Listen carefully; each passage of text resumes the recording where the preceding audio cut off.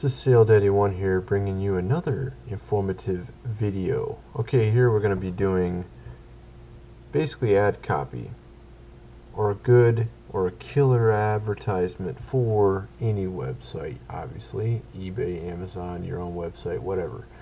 Could be printed. This is just simple, basic elements that are very important to your advertisement, okay? Now, if you don't know this stuff here, this is very basic stuff. These are like the building blocks, okay? For you to be able to reverse engineer another person's advertisement, you need to know at least this information here. And when I say reverse engineer, I'm referring to one of the greatest techniques to making a successful informational product, or any product that needs to be branded that's not branded.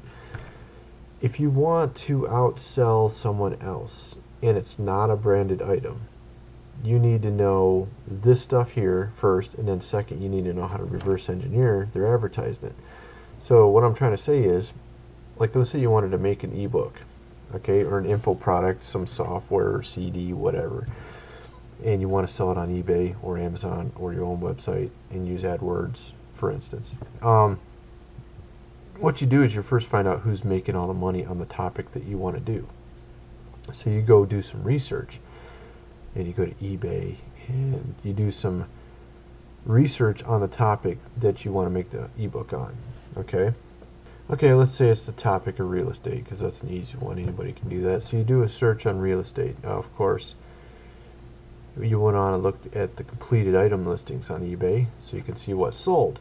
The green ones are sales, the red ones are not sales, the black ones, I'm talking about the prices here. If you see a red one, it means it didn't sell. If you see a green one, it means it sold. If you see a black one, it means it was relisted and didn't sell. Okay, so if you sort by highest price first, obviously you cap it, because if you do highest price first with the words real estate, you're going to get real estate at the top, obviously. So you want to make sure you're looking for info products, so you cap it at $100, $200, right? And then you go find who's making all the money, right? And then you go and figure out who the person is making all the money, and then you reverse engineer their advertisement and make the killer advertisement before you even have the product. And then after you make the killer advertisement, you make your product, okay? At any rate, you need to know this stuff before you do all that junk, because you can't even reverse engineer your competitor's advertisement that's successful, because you don't even know what to look for. And this is the stuff you need to look for. Okay, so the first thing, a very important principle for selling online, is knowing what your customer thinks or what they're doing. Okay, you have to be able to kind of envision in your head, what is your customer doing? What type of words are they looking for, searching for, where are they going, what websites they're going to, where is your customer at, what is he doing? Okay, and what is it your competitor is missing that your customer does? Like, now obviously a lot of competitors are going to figure out the really no-brainer stuff, like, wow, gee, if they're looking for an LCD TV, they're going to type LCD TV in, right? You know, it ain't rocket science. Of course, you know, there's things that they're going to forget, you know, big screen, the word big screen, you know, whatever word. It could be anything. It could be the word television written out like that instead of TV. They might not have thought of that, you know what I mean? So you get what I'm saying. And then there might be categories they're not in, and et cetera, et cetera. But okay, so think like your customer. Where will your customer go? What is your customer searching for? What are they, what are they doing? Okay, and what is it your competitor is missing that your customer is doing? And that's where you can find a lot of sales. Okay, and then you can also niche in that respect too. You know, you can make yourself your own pie. You know, like for instance, real estate. I made a product that's commercial real estate. So it's a vein in real estate where there's very few products, but there's a lot of customers. So if you can find a vein in which there are very few competitors, but there's a lot of customers, you just hit gold. Pay dirt, right? Okay, so that's kind of the idea of thinking like your customer. What is your customer looking for? What is your competitors missing? Okay, and you want to put this obviously in the advertisement. You have to ask yourself, what does your customer really want in that product? Okay, what is it they really want? Do they want to take your fat pill because it has whatever vitamins and minerals and bullshit in it? Or Do they want to take your fat pill because they want to look hot and be able to go to the beach again and wear the bikini? So obviously you sell to them the bikini, dream shot. Oh, you're on the beach and all the guys are looking at you again. Isn't that what you want? Buy our pill, you know what I mean? Or is it, this has got this mineral in it, this mineral in it. Nobody gives a shit, you know what I mean? So they just want to look hot and be on the beach again, you know what I mean? Or guys who want to become muscular and all that kind of stuff. I used to be in all the weightlifting things. I haven't done it in a while. I'm sort of out of shape now, but back in the old days, I was really in good shape. Way back in the old days. Okay. Relevant sectioning and subtitles. Okay, see how I got it in red? Obviously, red is an alert color. And actually, I discussed that down here. See this? Alluring. It kind of gets your attention. Dynamic. See, these are all different concepts in psychology, color psychology. So when you're making colors in your advertisement, they mean things. Okay, why does McDonald's use red and yellow? Why does Pepsi use red and blue? Why does Coke use red and white? Red, like this, gets your attention. So obviously a no-brainer is to have your subtitles like that. And of course, what you put in the subtitles, the content of the subtitles is very relevant as well. Put in there the benefits rather than the features. And I just already gave you an example. What is the benefit of taking that fat pill? They can go to the beach and look hot again. Okay, what is the feature? The vitamins or whatever the heck's in the pill, right? Of course, the features are relevant. I mean, that's kind of like the technical details of an electronic item. You want to know those details. Certain features make it better, in some respects when it comes to electronics and all that kind of stuff. But what is the benefit? Obviously with TVs, they're branded. Okay, you sell branded TVs, so you don't really need to market.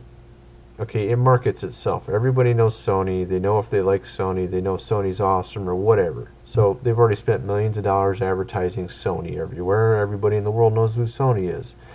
You could probably go to Africa and ask them about Sony, and they'll know something about it. You can go over to Egypt and ask them about Coca-Cola, and they'll tell you, oh yeah, Coca-Cola, it's a good drink, I mean, you don't even need to speak their language. You just say Coca-Cola, I mean, they've already marketed themselves to death. They're branded everywhere. You don't need to market them. That's why it's a no-brainer when you got a branded item. You can just stick it up on eBay. You don't even have to, you can be a complete imbecile, and as long as you price it right, and you at least describe it in a cognitive manner, somebody's going to buy it, you know what I mean? As long as your feedback ain't 0, 50% or 70% or whatever, as long as you have decent feedback. So the point is that we're talking about stuff that's not branded here. But of course, it's good to know the stuff even if you're selling branded stuff, because like I said, subtitles being read, pointing out the benefits versus the features. Like if you're selling some product on how to quit smoking, obviously benefits are very big, versus features. I mean, with the TV, everybody knows what a TV does, right? But see, like a Roku benefits would be a really big thing to talk about, okay? Because it's replacing cable. It's still kind of not totally known. And they don't know exactly what it can do for them, Do you want to pay $100 every month for your cable bill?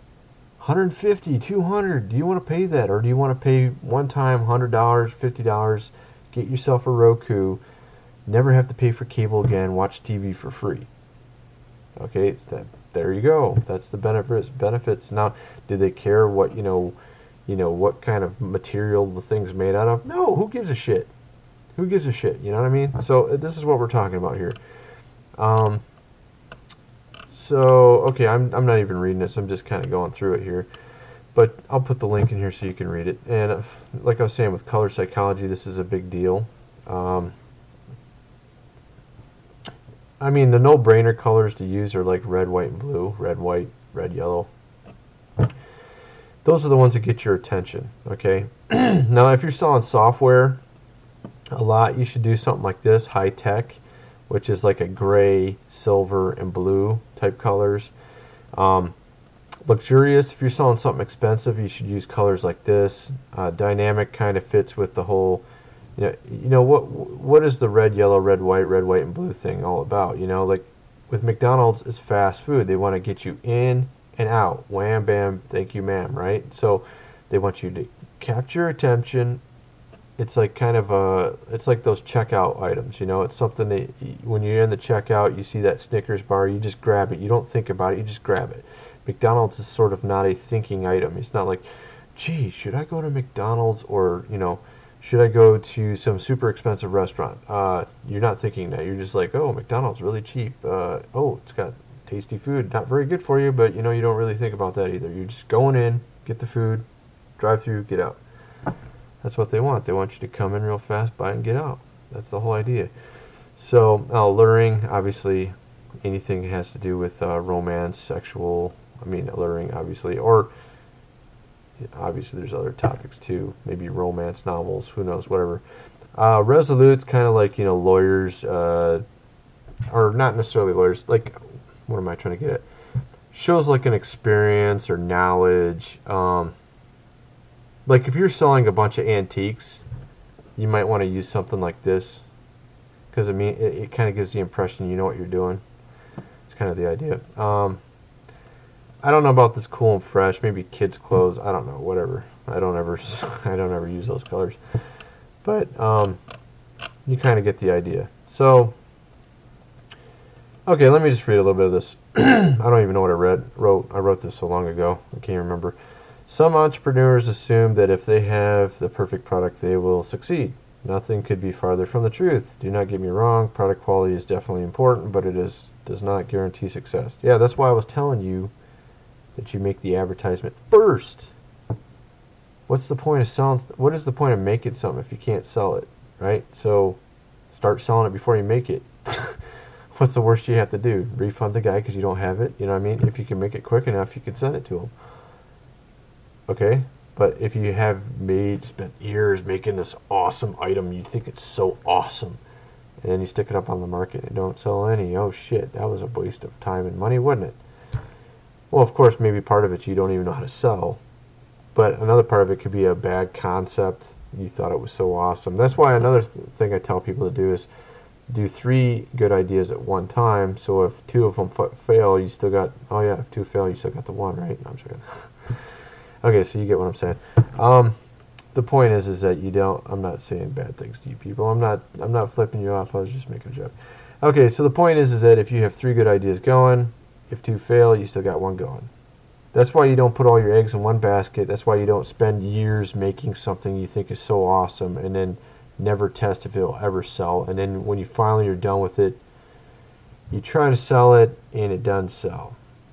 And then you feel like a total failure and you're like, business sucks. I can't do this. This is horrible. My dad told me this famous saying. He worked at GM, General Motors, right? My uncle did too. My uncle was one of the higher ups. He was like pretty high up in the union there. He was like one of the union leaders, like really high up. And my dad told me that they used to say this thing, that shoot the engineer so we can sell the car. Because, and I used to be an engineer. It's because engineers are perfectionists. They want everything to be perfect.